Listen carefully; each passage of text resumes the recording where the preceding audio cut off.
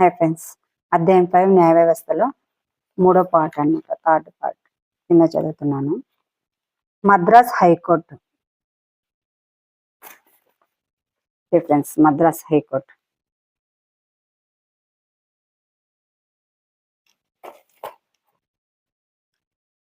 వివిధ స్థాయిలలో గల కోర్టులు ఒకదానికొకటి అనుసంధానించబడి ఉన్నాయి. అవును, భారతదేశంలో మనకు ఏకీకృత న్యాయ వ్యవస్థ ఉంది.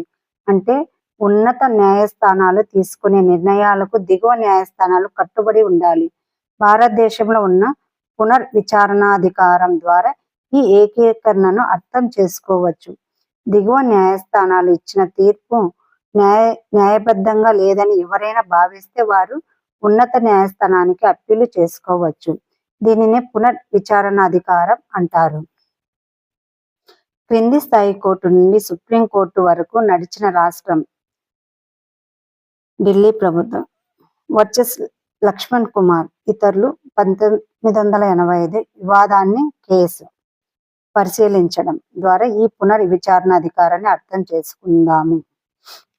1980 ఫిబ్రవరిలో లక్ష్మణ్ కుమార్ 20 సంవత్సరాలు సుధా గోయల్ అనే స్త్రీని వివాహం చేసుకున్నాడు. అనంతరం వారిరువురి అతని సోదరులు వారి కుటుంబాలతో కలిసి ఢిల్లీలో ఒక ఫ్లాట్లో నివసించేవారు. ఢిల్లీలో డిసెంబర్ 2, 1908న సుధా కాలిన గాయాలతో ఆసుపత్రిలో మరణించింది.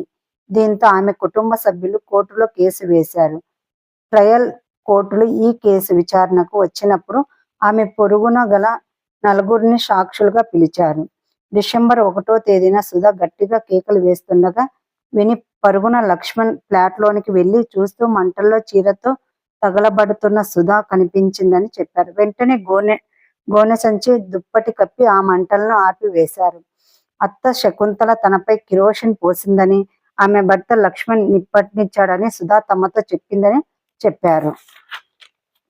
2న సుధా అత్తమామలు మొదటి బిడ్డ పుట్టినప్పుడు మరింత నగదు, స్కూటరు, ఫ్రిడ్జులను తీసుకురావాలని ఆమెను చిత్రహింసలు చేశారని సుధా కుటుంబ సభ్యులు, పొరుగువారు కేసు విచారణ సమయంలో తెలియజేశారు.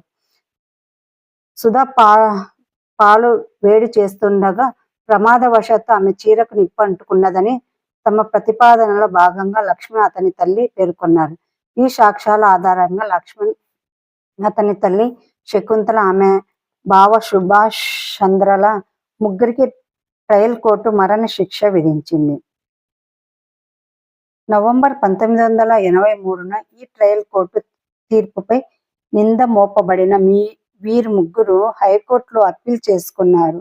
న్యాయవాదులందరి వాదనలు విన్న హైకోర్టు సుధా ప్రమాదవశాత్తు కిరోసిన్ స్టవ్ అంటుకోవడం వల్ల చనిపోయిందని తీర్పునిచ్చి లక్ష్మణ్, శకుంతల, సుభాష్ చంద్రలను నిర్దోషులుగా ప్రకటించింది. 7వ తరగతి పుస్తకంలో ఇవ్వబడిన స్త్రీ ఉద్యమంపై ఫోటో వ్యాసం మీకు గుర్తుండే ఉంటుంది. 1980వ దశకంలో మహిళా సంఘాలు దేశవ్యాప్తంగా వరకట్న మరణాలను ఖండిస్తూ ఏ విధంగా ఉద్యమించాయో మీరు చదివారు. ఈ కేసులలో న్యాయం చేయడంలో న్యాయస్థానాలు వైఫల్యం చెందాయని ఆరోపిస్తూ మహిళా సంఘాలు తమ నిరసనలను తెలిపాయి. సుధా కేసులో హైకోర్టు తీర్పు మహిళలను తీవ్ర మనస్తాపానికి గురి చేసింది.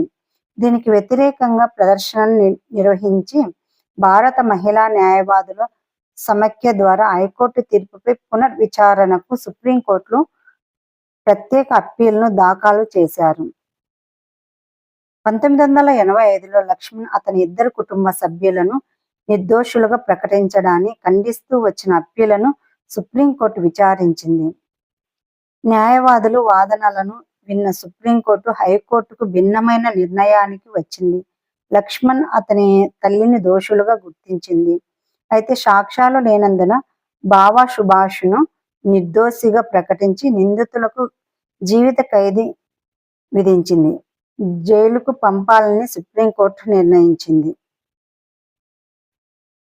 సబార్డినేట్ న్యాయస్థానాలను సాధారణంగా వివిధ పేర్లతో పిలుస్తారు. వీటిని ట్రయల్ కోర్టు లేదా district judge court, additional sessions judge, chief judicial magistrate, metropolitan magistrate, civil judge ఇలా అనేక పేర్లతో పిలుస్తున్నారు.